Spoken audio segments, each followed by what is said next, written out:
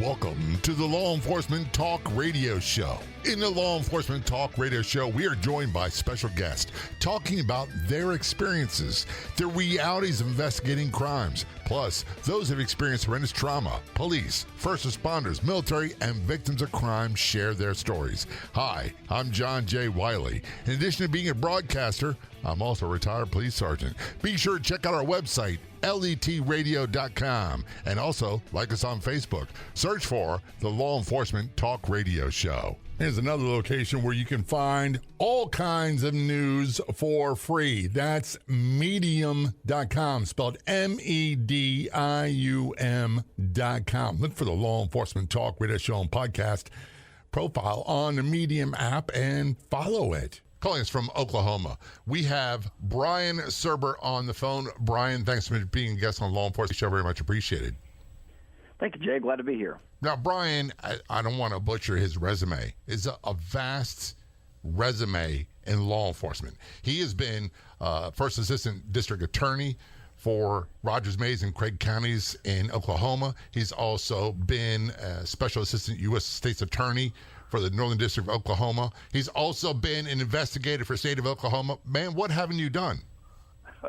Well, I haven't dispatched yet, but yeah, I started as a prosecutor, went from there to be an agency attorney for the State Narcotics Bureau, went from there to be an agent, and then went over to be an assistant DA, a first assistant in a district just outside of Tulsa. And you're also writing a book, which has not been published yet, correct?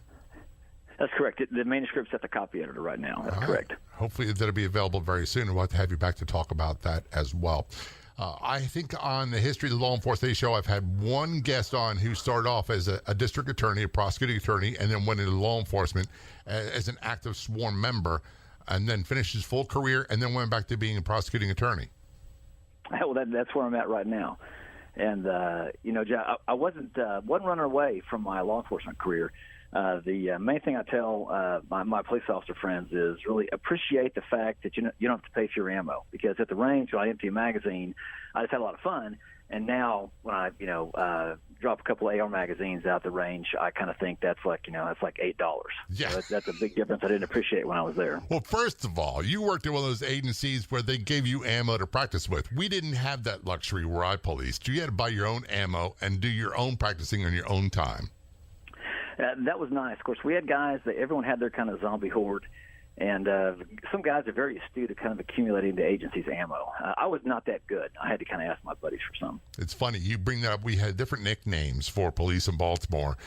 We had real police, good police, which are kind of synonymous. We had humps. Those are guys who did nothing. And then we had trappers. Those were the guys who got all the freebies and got the reduced price stuff, and they were able to hoard ammunition. Yeah, that's exactly right. Yeah, I've seen all of those types. So you started off as a prosecuting attorney. You're still an attorney, and you wound up, I guess, kind of a backdoor way going into being a sworn investigator. Tell us about that. I've always enjoyed just teaching and speaking on law enforcement issues. And by the time I went to the State Bureau and was in the General Counsel's office, I realized I'd taught probably 100 classes on search and seizure. We're discussing knock and talk. I've never done one myself. And so then kind of the next phase is, if I'm going to effectively describe how to do that, I might want be a good idea to learn just kind of what it's like to be a knock and talk, because every time I went out on a ride-along or go out with the guys, I'd always learn something. And so my director allowed me to kind of be both an agent and an attorney. Then I'm about mid-30s. I realized I just look forward to going out with my buddies on their deals and kind of dreaded my administrative work. And so at that point, I kind of just pulled the trigger and became an agent, special agent. And at that point, they kept me in the legal division. One of my very good friends became the general counsel, a tremendous general counsel when I left. And so I was still somewhat involved with the legal division, but I was classified as a special agent, did that for 8.5 years. A lot of men I worked with, I say men, that's manpower, men and women, did 10, 15 years as active police, and then started going to school and went back, got their degree, went to law school, and became lawyers. So when they retired, they had a law degree and had all these years of police experience, and they found it to be very, very beneficial. I kind of find it very interesting that you felt, look, I'm teaching this stuff, but I haven't done it, so I need to learn how to do it. You know, if I had to say one of the things that, and look, I love my brother and sister prosecutors, but it's very difficult to appreciate in kind of a sterile courtroom. You know how the story ends. I mean, the very first deal I did, after 11 years thinking I'm kind of this pro-cop prosecutor, I realized when I read that, I know how the story ends, and I still didn't appreciate when I'm out there myself. I don't know if this is going to be a situation where I've got to fight the guy. Is it going to be a knock and talk? Are there other people there? And so I still, after all those years of thinking I'd work with police officers and could argue for them, I still didn't appreciate what it was like being there because of just the calm, sterile setting of a courtroom. So I always have kind of thought that in a courtroom we don't appreciate the difficulty and challenges that police officers face. And so that's kind of wanted to do it. And I kind of was at that point, maybe midlife crisis, but I really just enjoyed that. And so I know a lot of people that were police officers, then they go to law school and kind of transition. You know, I'd been at that point about 11 years, either being a special prosecutor at the Bureau or assistant DA. About 11 years, I had actually been arguing motions to suppress, defending search warrants, looking at reports. And so having seen how they were attacked, essentially what I did, and it did very much help me in kind of my giving teaching and presentations. But I basically drafted every search warrant as if I would want to defend it myself. I would do knock and talks and kind of making a record and do that in terms of how I would want to defend it and making the case I would want if I was a prosecutor. And even reports, I would write them as I would want them kind of read. So that's kind of just kind of seeing the challenges first before I did the work is kind of how I did a little bit different than what we see some people that have done both. You brought up a memory. Me being in court, and the prosecuting attorney on one side is portraying the facts of the case, and I'm testifying. And the defense attorney portrays it as us being in the narcotics unit, crashing in the guy's door, and beating him up. And what happened is the man, as soon as we hit the door, it went wrong from the very beginning. We used a sledgehammer back then, and it went through part of the door, and he took off running to the bedroom. And I was first in line behind him, took off running after him. He dove onto the bed in a prone, like Superman-type position, reaching for the other side, and I'm thinking, this is not good. He's reaching for something. And he winds up reaching for a Thompson nickel-plated style 45 caliber rifle. And the fight is on. And fortunately, everybody's fine. No one got shot or killed or anything like that. The arrest was made. Drugs are found, everything else. But I found it very difficult to explain to the courtroom what it was like, what was happening. Did you find your experience doing it made it easier for you? Yes and no, Jay. And I'll tell you, you make a great point there. That story you just told, they can, if a cop's experienced it, they kind of know what you're talking about. But again, I know that Jay Wiley didn't get shot, right? Because you're talking to me right now and killed, and so I know how it ends. And I try to tell people that I don't care if you're the most gifted storyteller, if you're Homer himself, you cannot. We are visual people, and I'm sorry, visual creatures, and no one can convey the stress and situation by telling something in a courtroom, which is exactly the way, the irony is how we do that. We're talking to Brian Surber on the Law Enforcement Show. A very interesting story. I'm going to take a short break. We'll be right back. Remember when free meant free? No charge, no credit card information needed. Well, a place like that still exists on the internet. The Law Enforcement Talk Radio Show website, letradio.com. Where everything is free, including the podcast, episodes are available after airing on radio. The website is letradio.com. That's letradio.com. Where free means free. For the ones who get it done, the most important part is the one you need now. And the best partner is the one who can deliver. That's why millions of maintenance and repair pros trust Grainger. Because we have professional-grade supplies for every industry, even hard-to-find products. And we have same-day pickup and next-day delivery on most orders. But most importantly, we have an unwavering commitment to help keep you up and running. Call, click Grainger.com, or just stop by. Grainger, for the ones who get it done.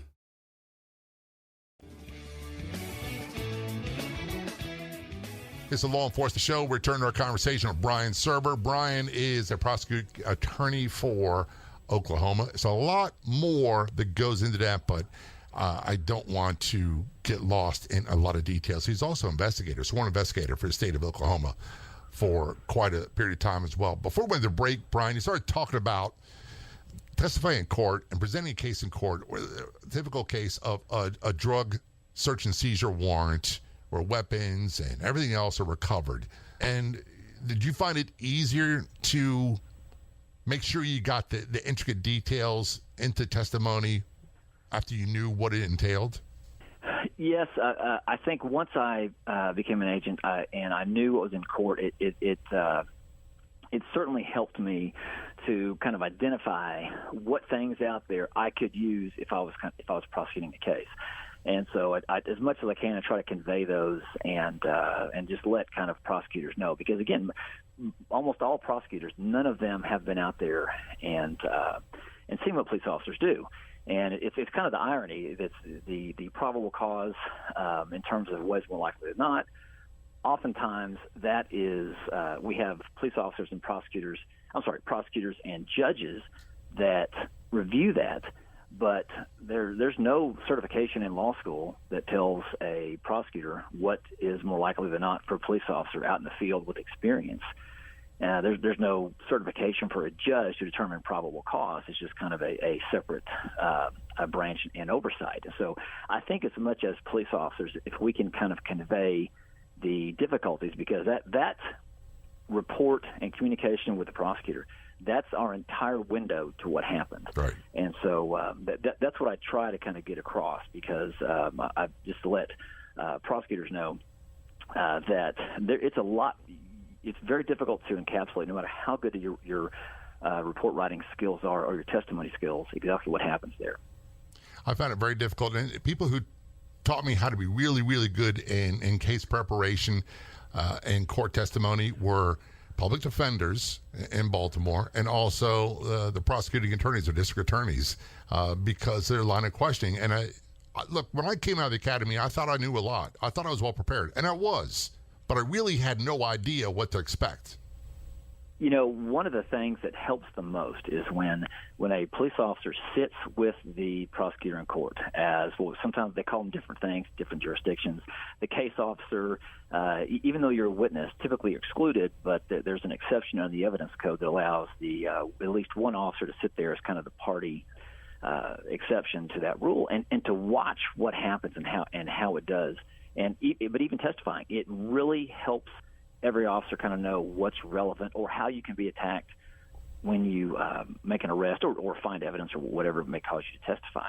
And so that really helps prosecutors, and it helps the police officers kind of know what's out there to communicate it the next time. One thing's for certain, it's not like you see on television. It's not Perry Mason. It's not Law and Order. It's not Blue Bloods. It's not like that. And I do recall a combination of, like I said, the defense attorneys, public defenders, district attorneys, and the old-time police. I'll give you a great example.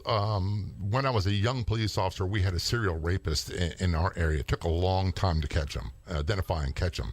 But one of the things they taught me was, look, you're doing a great job as police, but when you write your report, you don't want to leave out some vital information and lose a case on that. You don't want to do something like, if you have to go hands-on with someone and use physical force, you don't say they fell down the stairs and risk a murder case over something stupid. Just write down the facts. Absolutely. And so many of the facts, by the way, this is something I say all the time. When we had like fatal car accidents, road conditions, at night, it was raining, it was wet, maybe factors in the reason why there's the accident and the vehicular homicide. However, in cases of violent crime, while those are facts, they quite often weren't factors, in particular race of people involved. And people always make it a factor when it's not often a factor. Does that make sense? Absolutely makes sense. And part of the problem is on a lot of cases or situations, what the police do is not fully captured in court. For instance, if the police work and exonerate somebody, and they do that. That never makes its way to the courtroom. A lot of the allegations against police about disparities in arrests by race or conduct by race, while there may be disparities in terms of the compared to the overall population with race and gender for that matter, it typically doesn't. That is what's in the courtroom. That is not when you look at when officers conduct stops and high volume of traffic stops. When they're accused of profiling, that actually those typically mirror the population. And again, the mistake is people think that what you see in courtroom is the entirety of an officer's work. And when they work to exonerate somebody, police don't target somebody. It's just as important to actually clear an innocent person. But that work that officers do actually is never seen in the courtroom. Right. And usually the people who bring it up will be the defense attorneys. Well, isn't it true so-and-so was a suspect? And this is something I can get into arguments with people about all the time. They'll say, a perfect example is a lot of serial murderers wind up targeting prostitutes and people that have drug addiction problems, that are in vulnerable situations or at-risk lifestyles. And they'll say, well, the police don't care to try to catch them. When that's one of the hardest crimes there is to catch, because it's stranger on stranger, and it's very random how they pick their victims. And same can be said with serial rapists, and they're very frustrating, very, very frustrating to try to catch. You know, Jay, you bring up a great point. That when I was a prosecutor in my first round of being an assistant DA, I'd read some books by a guy by the name of John Douglas, who's kind of the actual one that invented profiling, FBI agent that came up with profiling. He wrote books called Mindhunter, The Cases at Honest, Anatomy of the Motive, and he discussed that. And if you look at, there are certain principles that go with serial rapists. So this guy had come in. He was walking around the middle of nowhere in this small town from another state in the middle of the night with gloves on in August. Cops stop him. He had some weed on him, and I think a gun and a knife. Sent him up to our office to prosecute, and he's representing himself and didn't want a lawyer. I'm talking to, well, that's, if you read that's actually a rape kit. I mean, right. And like if you look at Anatomy of a Motive, and that's, I think all people should in law enforcement should read that. No one finds themselves doing something for nothing. Every single thing you do has a motive behind it. And if you're walking around one state away at 4 a.m. with gloves on and what looks like a rape kit, that's just, you can't say you're doing nothing. Exactly. And reading the books, I knew because he wasn't in his comfort area, that he was actually gone mobile, which means he's somewhat of an accomplished serial rapist. So a lot of detail of that story, but ultimately what we did was... Let me take a short break. We are talking with Brian Surber. Brian is a prosecuting attorney. He's also been an investigator for the state of Oklahoma. We're going to talk more about, in particular, a case involving the prosecution of a serial rapist. This is the Law Enforcement Show. Don't go anywhere. We'll be right back.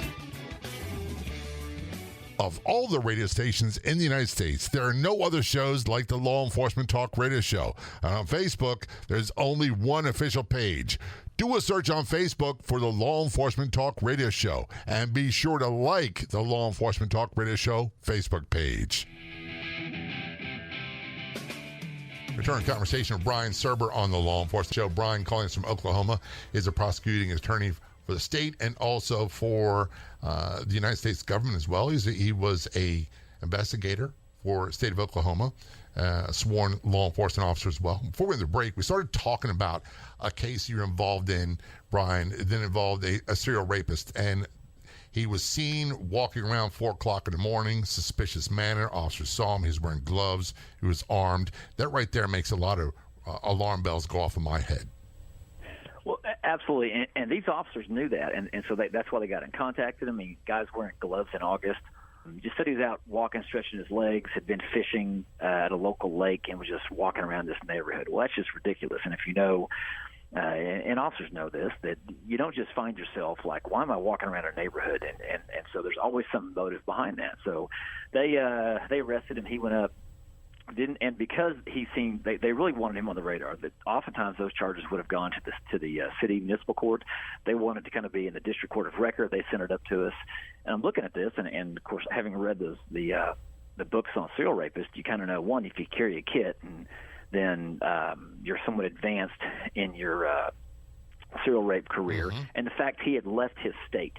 And so almost without exception, serial offenders, arsonists, rapists, whatever it may be, they begin in their comfort area. So if they have actually left that in an area he has no connection to, we know he'd done that. So at that point, I got the judge to raise his bond. He was not a happy guy. And but about serial offenders, they actually have the method by which they operate. That's kind of their MO, and that's one of the things that investigators look for. So at that point in time, he wouldn't give consent for his car. We called the drug dog from another jurisdiction, alerted there's an entirely another rape kit that was set up in there. We sent a teletype out to all the surrounding states involving unsolved rapes with tape and binding. And the next day, we got, I think it was about a year-old case where a lady got broke into her house, had the bandana on. He spoke with a speech impediment, couldn't say his R's. The victim remembered that. I've been recording it. Once he started getting kind of weird on me, I recorded my conversation. He began to actually tell me how he was walking around fantasizing. I kind of just called on a little bit of his. Mm-hmm. I was walking around doing nothing, and I said, dude, I know what you're doing. And he's just soft-souled, and so I was looking for an opportunity. I wouldn't do it. Told me about all these, his history of women not liking him, and because he's short, but that's why he had to fantasize about forced sex, because he would never say rape. He called it forced sex.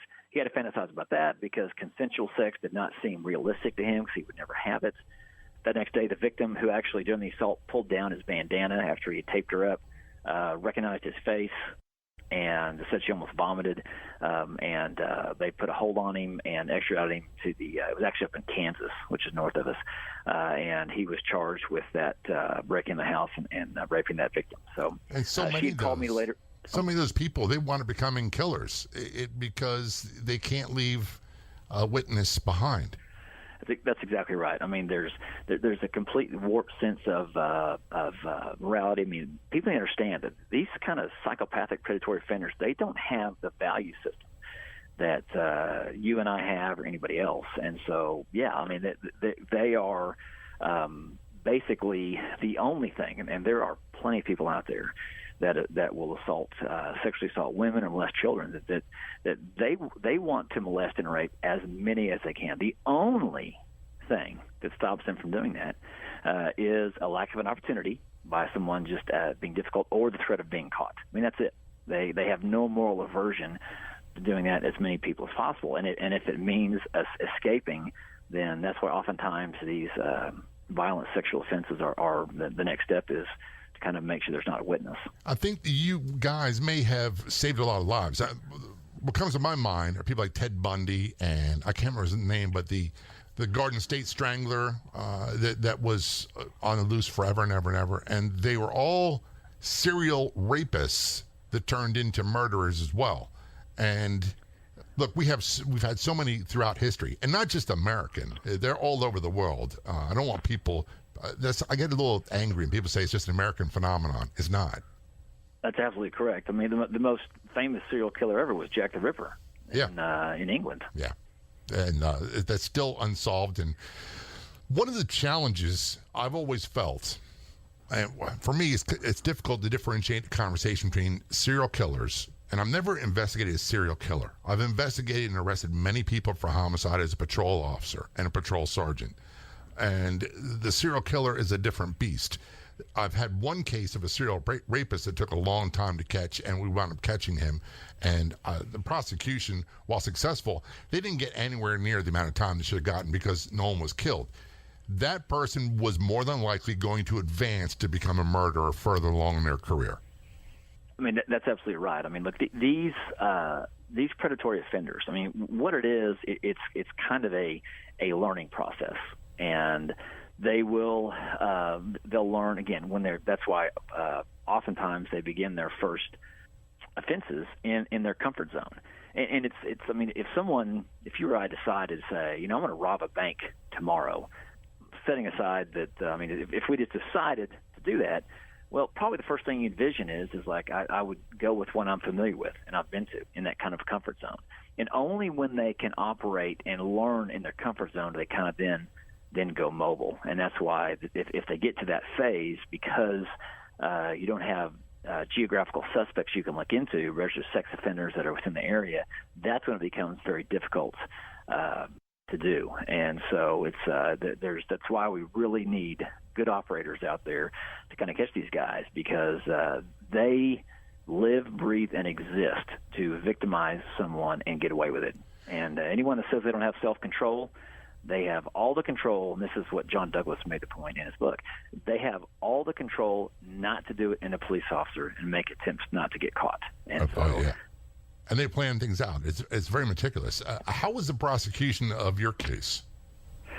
So, actually, we had him on the charges. We actually released our hold on him to go to Kansas. I know he was convicted and pled to it. Actually, that victim in that case had tracked me down. She heard the story, called me, and had a long discussion. It's very nice when she had called me, because it had been something that was kind of eating at her. And so he did several years in prison. I would say not long enough. I don't know that he's actually been rehabilitated. But he got a significant stint. But like always, I don't know. Someone that does that and is seeking to do it again, I don't know if there is a sentence that is sufficient for him. We talk about rehabilitation. You brought that up. In your opinion, can repeat sex offenders, be rehabilitated? Well, I mean, the evidence isn't very good. I mean, for people to find themselves in prison, the recidivism is pretty high. I mean, just our current prison population. Because look, let's be honest, it's pretty hard to get in prison. I mean, it takes a lot of, if it's not a murder or a kidnapping or rape, it's pretty hard to get in prison today. But when you do, people that get out, I think 44, this is a Department of Justice study, 44% get arrested within 1 year. The average time when you release from prison, the average time they get arrested is 5 times when they're released. So like my boss made a point to me saying, it kind of shows we're doing a pretty good job of screening, getting the right guys in prison. And when you say you get arrested again, it's typically even if it's a property offense, for the drug offense, we all know those are funded by committing property crimes. People don't actually, right. They don't go and quit going out to eat to fund their meth habit. I mean, they steal from everybody and copyright all the new houses and shoplift. And so these kind of relapses and recidivism, it's kind of a euphemism for victimizing somebody else. We're going to take a short break. We are talking with Brian Surber on the Law Enforcement Show. Got more coming up you don't want to miss. Don't go anywhere. We'll be right back. Are you turning 65 or stuck with a Medicare plan that just isn't cutting it? We make Medicare decisions and maximum coverage simple. Whether you're enrolling for the first time or looking for a better plan, our experts will help. Call 866-427-1225, 866-427-1225, 866-427-1225, or visit lethealthy.com, lethealthy.com to learn more. Return conversation with Brian Surber on the Law Enforcement Show. Brian is a prosecuting attorney in the state of Oklahoma. He's a federal attorney and also a state's district attorney. He was a sworn investigator for state for quite a while. Fascinating career. And there's so much about the prosecution end when we get to court that people really don't get, because Hollywood, whether it be television or movies or whatever it might be. To be honest with you, Brian, I started watching more. My wife and I binge watch. We watch more BBC-related police episodes and dramas than we do American, because the American ones get it so wrong. Does that hold true with the courtroom cases also? Yeah, I can tell you that I happen to be old enough that I started prosecuting before the CSI explosion, where there were 15 versions of CSI.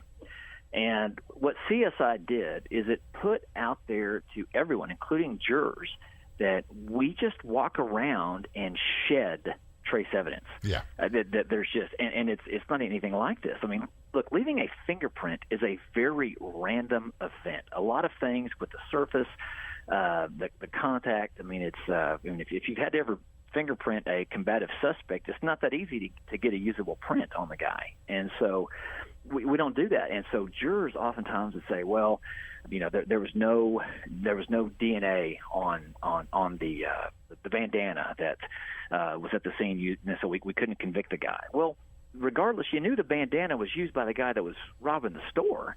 So, I mean, it wasn't put on there by a robot. I mean, it wasn't owned by a robot. So they will acquit someone and they'll say, well, there's no DNA, so we couldn't show it was him. Well, we know that the actual guy that robbed the store was wearing this bandana. And if you're saying there's no DNA, that means no one can be convicted. I mean, they just kind of ignore the evidence that the guy was actually, running, sweating, and it wasn't wearing the bandana and had the money in his pocket. I mean, and I'll tell you, closing arguments are all the time saying, like you'll see them in child molesting cases where the allegations are that the perpetrator has fondled the victim, and you'll hear closing arguments that say, are you going to convict this man and take his liberty in such a day where there's no physical evidence that we have? Well, if what the victim described, it wouldn't leave any physical evidence that you would find in an exam. But that's the kind of stuff they have, and it's made it much more challenging to kind of prosecute cases. You brought up something that right away came to mind. And by the way, the whole DNA thing, back in the day, we didn't have it. It was in its infancy. It was very rare to get a fingerprint off of a crime scene, even a murder, or a weapon, a handgun. It's very hard to get fingerprints off a handgun. Sometimes, I can remember one time we got fingerprints off of a shell casing inside the magazine of the pistol. But other than that, I've heard of cases where DNA, they got the guy, the DNA matches everything else, and the jurors go, we think it was a plant. And how is that possible? I wish I had the answer to that question. But yeah, they've had. I've seen that. There's a case I've been made aware of recently where the guy's saying he's framed, and the murder weapon and bandana used during the robbery was planted in his house. Well, then they did a DNA test. This guy's in prison. Did a DNA test, and it turns out his DNA is on both the defendant's DNA. To which they're saying, well, of course, it was in his house. It was just planted there by somebody else. And like, well, I mean, this was the end-all, be-all. And I'll tell you another thing that happens is sometimes, and this is all in the wording, you're saying things that may be factually accurate, but they're conveying something that's not true. There have been some cases around this area recently where a guy was in prison for a murder, and then they'll try while he's in prison to say, it was like a shooting in a parking lot, at a commercial parking lot. And as investigators do in crime scene, they seize about everything that's there, including like a Kleenex or tissue. Right? There's no indication that tissue even was had anything to do with the shooter. Right. And if they collect everything, being good because they get criticized if they didn't. Well, then as that comes up, well, the killer's, the guy in prison, his DNA is not on that tissue. And, of course, nobody is on there. But the thing that's put out there, it becomes like a lead in a media story is attorneys say that evidence found at the scene, his DNA was not on the evidence at the scene, exonerating him. Well, it doesn't. I mean, maybe that's something your lawyer can say in closing. His DNA wasn't on there, but there's no indication that Kleenex is even relevant to the case. But so it's conveying something that's not true, and then people think, oh my gosh, there's this wrongfully convicted individual in prison. I think it kind of ups these burdens where people think, my gosh, what is a common sense case? Is jurors are worried they're going to be someone that convicts some innocent person. And when all the evidence indicates that it's there because of these stories that get so much just headway. One of the things that really aggravates me to no end, and people say that because of this radio show and other things I do, well, did you watch this documentary on so-and-so was convicted of murder, turns out he was innocent, and you listen to what the people in the documentary say, and they'll say exactly that. A tissue was taken from the parking lot crime scene. His DNA was on it, or someone else's was. And therefore, that casts a shadow of a doubt, when in reality had nothing to do with the crime scene.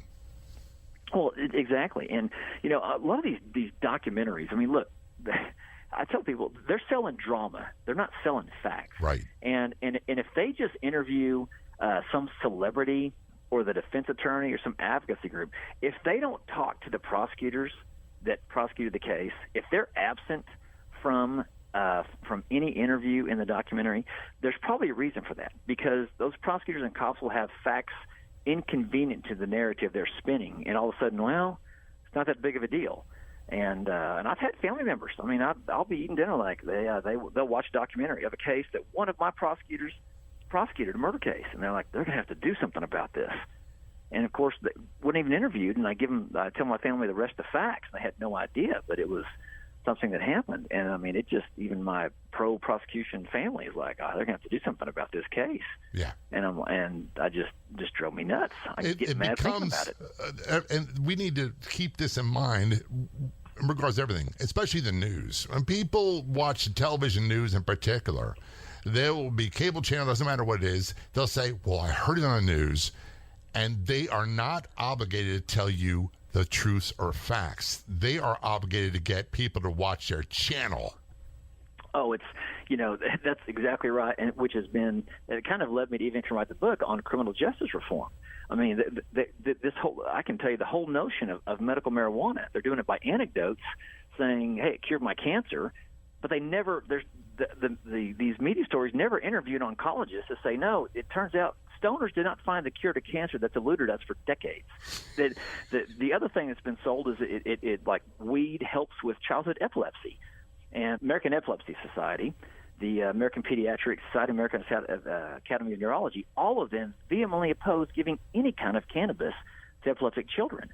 But it's pushed out there, and people think in these ballot measures that it's between letting kids have seizures and legalizing marijuana. Well, of course, to put it that way, it's an easy choice. Well, I don't want kids to have seizures. I want to do whatever they can have a good life. I've seen this thing advertised where literally, and I'm a sober guy. I don't care if they want to legalize marijuana, and everybody decides to do it. I don't drink. I don't take drugs. I try not to curse. I try to eat healthy. I'm in bed early. I'm boring. I'm really boring, and I'm okay with that. But I've seen it advertised. It cures glaucoma. It helps with cancer. It helps eliminate seizures, and it'll get rid of your hangnails. How is that possible? Well, look, it's a model that was used. The entire reason we have the FDA is because they pushed this elixir, and it ended up killing over 100 people, including several children. That's why we have the FDA. I mean, but legalizing marijuana is the first time we've ever approved a medicine by bypassing science and doing it by popular vote after a political campaign. And here's more of that heading our way, courtesy in particular of the Northeast United States. Brian, we are out of time. We're going to have you as a guest on the show again in the future. Thanks so much. Very much appreciated. I've enjoyed it, Jay. Thank you very much. We used to have an app, and it was a very popular app. And then, guess what? We couldn't hold a candle to our Facebook presence. How many people have the mobile Facebook app already installed on their phone? How many people use it on their computer? Make sure you follow us. Make sure you like us on our Facebook page. Just search for Law Enforcement Talk Radio Show and Podcast, and be sure to send us a comment to one of the posts. Best of all, it's 100% free. I'd like to thank our guests for coming on the Law Enforcement Talk Radio Show. The Law Enforcement Talk Radio Show is a nationally syndicated weekly radio show broadcast on numerous AM and FM radio stations across the country. We're always adding more affiliate stations. If you enjoyed the podcast version of the show, which is always free, please do me a favor and tell a friend or two or three. I'll be back in just a few days with another episode of the Law Enforcement Talk Radio Show and Podcast. Until then, this is John J. Wiley. See ya.